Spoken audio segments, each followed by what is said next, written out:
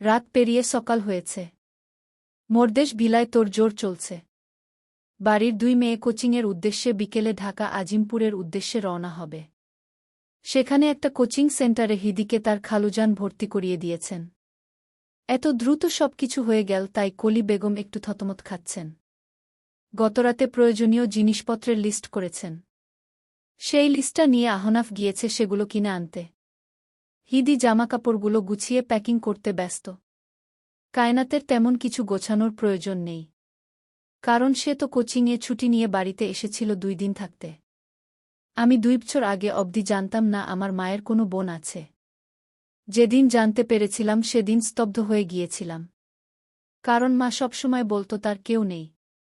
আমি আর আপু ভেবেছিলাম সত্যি হয়তো কেউ নেই। তাই অনেক কিছু জানার আগ্রহ থাকলেও আর প্রশ্ন করা হয়ে ওঠেনি। হিদির ম্লান কণ্ঠস্বর শুনে কায়নাত দীর্ঘশ্বাস ফেলে। সে বুঝতে পারে তার বোনটার ভালো নেই। কোথায় হয়তো কোনো সমীকরণে আটকে আছে, যেখান থেকে বের হতে পারছে না। কিন্তু সমীকরণটা কি? সবই তো ঠিকঠাক আছে। সে হিদিকে কাপড় ভাঁজ না করতে দিয়ে হাত ধরে বিছানায় বসাল। বিজ্ঞদের মতো করে বলল, কি হয়েছে তোর? এখনো কেন আগের ঘটনা মনে করে কষ্ট পাচ্ছিস? হিদি, দেখ, সব ঠিক হয়ে যাচ্ছে। হিদি নিজেকে সামলে নেয়। হাসার ভান করে জিজ্ঞেস করে, আমার নানাজানের বাড়িতে কে কে আছে? বড়মামা, বড়মামি, ছোটমামা, ছোটমামি, নানু ভাই, মামাতো ভাই বোন আর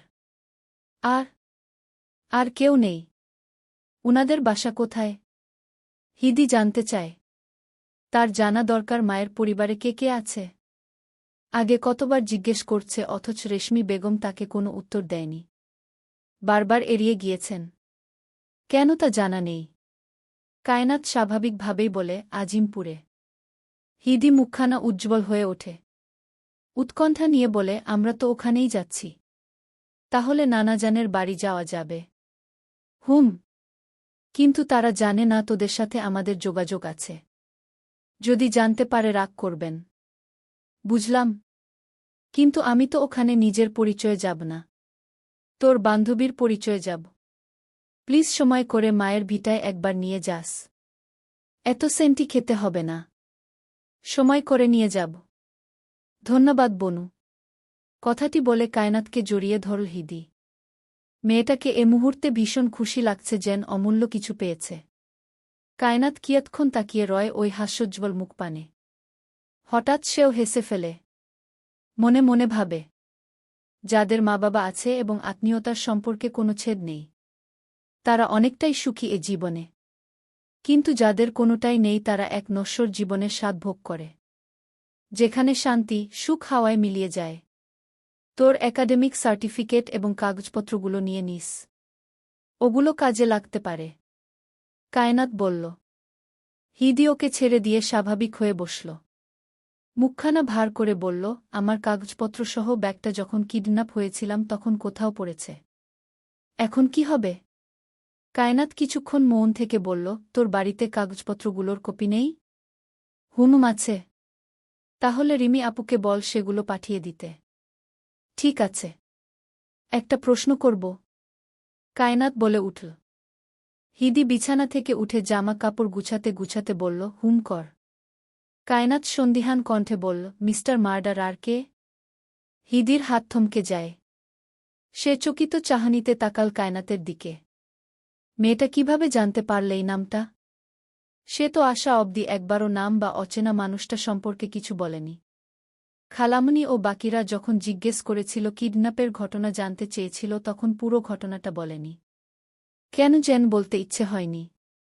কারণটা হয়তো ওই অচেনা মানুষটা। সে নিজেকে সামলায়। মৃদু হেসে আনমনে বলে, অল্প সময়ের পরিচিত একজন ছিল। কায়নাত আগ্রহী হয়ে বলে, ছিল মানে এখন আর পরিচয় নেই? উহু, আমি উনাকে তেমন চিনি না। আমায় কিডন্যাপারের হাত থেকে বাঁচিয়েছিল। তারপর সেফলি এখানে পৌঁছে দিল, ব্যাস এটুকুই। ওহো তাই? কিন্তু অল্প সময়ের পরিচিত একজনের সাথে ঘুমের মধ্যেও কথোপকথন চলে? হুম।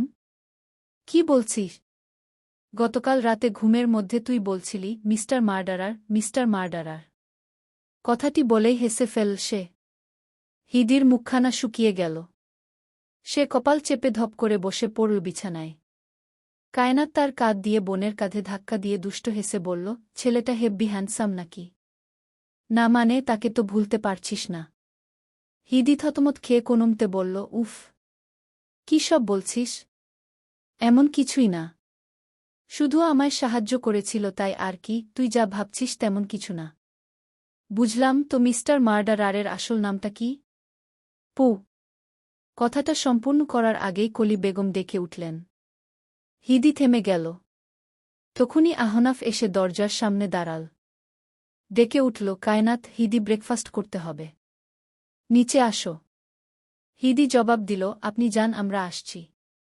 আহনাফ কিছু না বলেই হেলেদুলে সেখান থেকে প্রস্থান করল। কায়নাত নামটা জানতে চাইল না। সে হিদিকে নিয়ে নিচে চলে গেল। সময়টা দুপুর 2টা। রিমি আনমনে বসে আছে বাড়ির সামনের পুকুরের বাধাই করা শানে। পূর্বপুরুষরা প্রায় 150 বছর আগে পাথর দিয়ে বাধাই করেছিল। তা এখনও সেই আমলের ঐতিহ্য বহন করে। তার নিষ্প্রাণ চাহনি নিবদ্ধ পুকুরের ঘোলা পানির দিকে। সেথায় এক মেয়েলি অবয়ব দৃশ্যমান। গ্রামের এক সাধারণ মেয়ে সে, অথচ তার গল্পটা অসাধারণ এক বিভ্রান্ত জালে আবদ্ধ। হাতে চিনচিনে ব্যথা অনুভব হচ্ছে। সকালে তহমিনা বেগমের সাথে একটু রাগারাগি হয়েছিল। এতেই জল্লাদ মহিলা রেগে গরম খুন্তি হাতে ধরে। ফর্সা হাতখানা ঝলসে যায়। ব্যথায় আর্তনাদ করে ওঠে, কেঁদে ভাষায়, অথচ তার বাবা শুনেও আসল না। রিমি ভাবে, বাবারা তো নরম মনের মানুষ হয়। তারা সন্তানদের আদর যত্নে আগলে রাখে। তবে তাদের 2 বোনের ভাগ্য কেন এত নিষ্ঠুর? ছোটবেলা থেকে না পেল বাবার আদর আর না পেল মায়ের। তার মনে পড়ে, বাবা দ্বিতীয় বিয়ে করে এনেছে 7 দিন। হিদি মায়ের শোকে কাতর হয়ে কাঁদে। হৃদয়হীন মহিলার সেই কান্না সহ্য হয় না, তাই রেগেমেগে তার ছোট্ট বোনটার গলা চেপে ধরে। ভাগ্য ভালো সে দেখতে পেয়েছিল আর জঘন্য মহিলাটির থেকে বোনকে বাঁচিয়েছিল, নয়তো মেরে ফেলতে। রিমি তপ্ত শ্বাস ফেল। তার জীবনটাও তো নষ্টের মূল কারিগর সৎমা। সে নিঃশব্দে কেঁদে উঠল। এ নারকীয় যন্ত্রণার শেষ কোথায়? হিদিকে তো কোনো মতো এখান থেকে বাঁচিয়ে দিল, কিন্তু সে কি করে বাঁচবে? মাঝে মাঝে ইচ্ছে করে এই পুকুরে ঝাঁপ দিয়ে জীবনটা শেষ করতে, কিন্তু সেই সাহস আর হয়ে ওঠে না। তার ভাবনার মাঝেই কলটা বেজে ওঠে। রিমির ধ্যান ভেঙে গেল। সে দ্রুত অশ্রু মুছে হাতের মুঠোয় থাকা ফোনটায় বাটন টিপে কল রিসিভ করে কানে গুজল। নিজেকে যথাসম্ভব সামলে বলল, হ্যালো। অপর পাশ থেকে হিদির কণ্ঠ ভেসে এলো, আপু কেমন আছো? রিমির বুকটা হুহু করে কেঁদে উঠল। ম্লান কণ্ঠে বলল, ভালো। তুই কেমন আছিস? ভালো না আপু, তোমাকে ছাড়া ভালো লাগছে না। ভালো থাকা শিখে যাবি। কি করছিস? বসে আছি। তুমি কি করছো? আমিও বসে আছি। এতটুকু বলেই চুপচাপ হয়ে গেল দুজনে। কারো মুখে যেন কোনো কথা নেই। হিদি বলে উঠল, বাবা কেমন আছে? রিমি তাচ্ছিল্য হেসে বলল, ভালোই আছে। আমার কথা বলে না, তাই না? বলে তো। গালাগাল করে তখন। আপু, জাবিরের বাবা কি বাবাকে আর অপমান করেছে?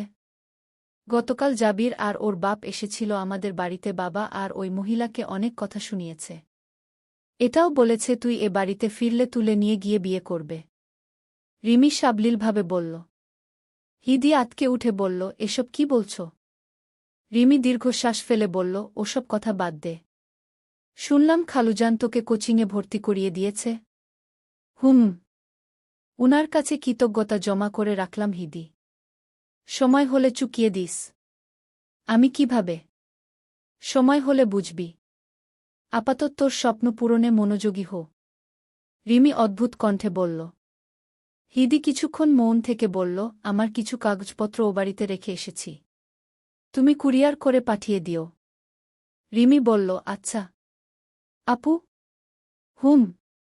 খালুজান, খালামনি, কায়নাত, আহনাফ ভাইয়া, ওরা অনেক ভালো। যদি তুমি এখানে থাকতে বুঝতে পারতে কতটা মিশুক আর ভালো তারা। ভালো? হুম, ভালোই তো। তাই জন্যই ওখানে পাঠিয়েছি আমি। এখন মনে হচ্ছে ভুল করিনি। রিমি আনমনে আওড়ায়। হিদি বলে, কিন্তু তোমায় ছাড়া ভালো লাগছে না। রিমি হেসে জবাব দেয়, আস্তে ধীরে ভালো লাগবে। তুমি এখানে চলে আসো আপু। তা হয় না। আমি কারো বোঝা হতে চাই না। সেই হিসেবে আমিও তো বোঝা। তুই বোঝানস। বাবা বোধ হয় ডাকছে, আমি কল কাটলাম। রাতে কথা বলবো। আচ্ছা। রিমি কল কাটে। তার বুকটা হাহাকার করে ওঠে। দুচোখ বেয়ে গড়িয়ে পড়ে অশ্রু। মনে মনে আফসোস হয়, কেন তাদের সুন্দর একটা পরিবার হল না? হলে কি খুব ক্ষতি হতো? মা না থাকার যন্ত্রণা কতটা কষ্টকর আর অসহনীয় তা জেন পুনরায় জেগে উঠল। কথায় আছে, মা না থাকলে বাবা আর বাবা থাকে না। সেই মানুষটা হয়ে যায় অন্যরকম এবং ভিন্ন একজন। গোধূলির বিকেল যেন প্রশান্ত এক মুহূর্ত। সময়টা তখন 4:30। মোরশেদ ভিলার সামনে দাঁড়িয়ে আছে সাদা রঙের গাড়ি। আহনাফ দুজনের লাগেজসহ আরও জিনিসপত্র গাড়িতে রাখছে। মোরশেদ সাহেব ও কলি বেগম, হিদি এবং কায়নাতের সাথে সাথে প্রয়োজনীয় কথাবার্তা সারতে ব্যস্ত। তোমাদের কথা বলা হলো? নাকি আরও কথা বলা বাকি? আহনাফ নিজের কাজ সম্পূর্ণ করে উচ্চস্বরে ডেকে বলল। সে তাদের রাখতে যাবে। জামাল সাহেব দুই মেয়ের মাথায় হাত বুলিয়ে দিয়ে বললেন, ওখানে গিয়ে ভালোভাবে পড়াশোনা করবে, সন্ধ্যার পরে বাহিরে বের হবে না আর নিয়মিত যোগাযোগ করবে। হিদি ও কায়নাত ভদ্র মেয়ের মতো মাথা নাড়িয়ে সম্মতি জানাল। কলি বেগম মোলায়েম কণ্ঠে বললেন, আমি সপ্তাহে একদিন করে দেখে আসব। আচ্ছা খালাম্নি, খালুজান আসছি। হিদি মৃদু কণ্ঠে বলে উঠল। সবাই আরও কিছু কথোপকথন সম্পূর্ণ করে গাড়ির দিকে এগিয়ে যেতে লাগল। আহনাফ কপাল কুঁচকে গাড়িতে হেলান দিয়ে দাঁড়িয়ে রয়। মেয়েদের সাথে কোথাও যাওয়া মানে সবসময় লেট। এই জন্য মেয়েদের থেকে সবসময় দূরে থাকা অভ্যাস। এর মাঝে সেখানে উপস্থিত হল একজন ডেলিভারিম্যান। তিনি এসে বাইক নিয়ে দাঁড় হলেন গাড়িটির সামনে। সেখানে একজন ছেলেকে দাঁড়িয়ে থাকতে লোকটি জিজ্ঞেস করলেন, অ্যাডভোকেট জামাল মোরশেদের বাড়ি কি সামনেরটা? আহনাফ সোজা হয়ে দাঁড়াল। স্বাভাবিকভাবে বলল, জি। বাবার পার্সেল আছে নাকি? না। হিদস্মিতা নামে কোনো মেয়ের পার্সেল এসেছে। কে পার্সেল পাঠিয়েছে? দুঃখিত স্যার, এটা বলা যাবে না। ওকে। হিদি, তোমার পার্সেল এসেছে। এদিকে এসো। আহনাফ উচ্চস্বরে ডেকে উঠল। হিদি চমকে উঠল কথাটা শুনে। তার নামে পার্সেল কে পাঠাবে? এখানকার ঠিকানা তো কারো জানা নয় তবে? সে কথা বলা বাদ দিয়ে দ্রুত পায়ে এগিয়ে আসল। ডেলিভারিম্যানকে সরাসরি জিজ্ঞেস করল, পার্সেল কে পাঠিয়েছে? লোকটি বলল, দুঃখিত ম্যাম, এটা বলা যাবে না। হিদির মনটা ছটফট করছে।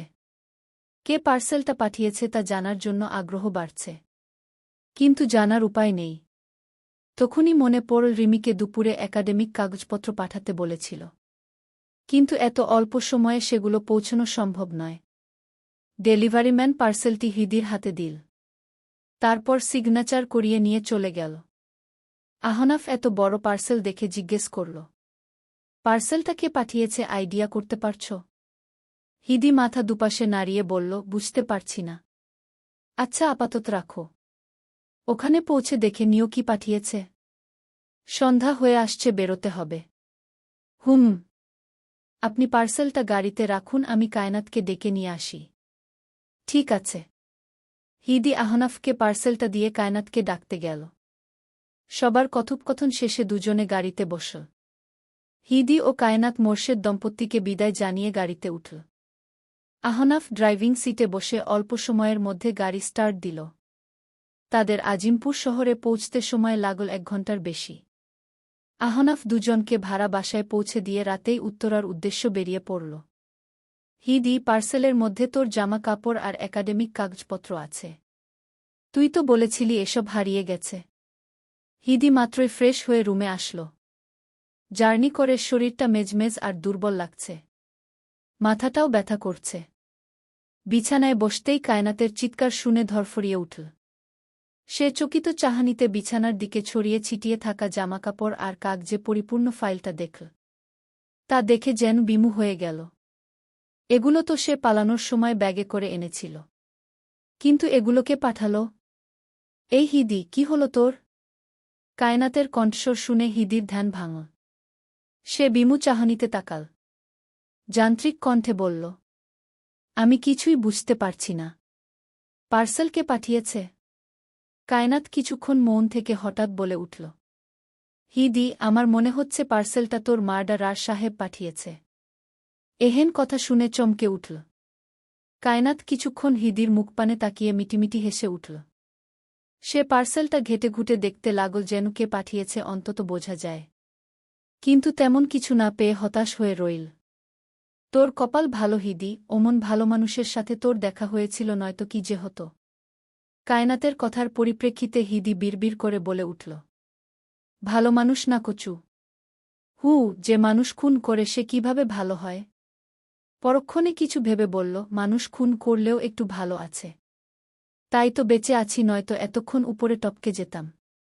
কায়নাত মৃদু শব্দে কিছু কথা শুনে সন্দিহান কণ্ঠে বলল, কে ভালো?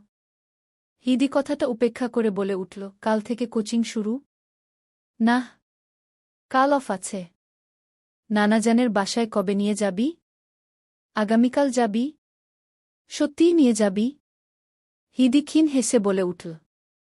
কায়নাতও হেসে ৩২টা দাঁত বের করল, না, অন্য কোনো একদিন যাব। আগামীকাল ঘুরতে বের হব।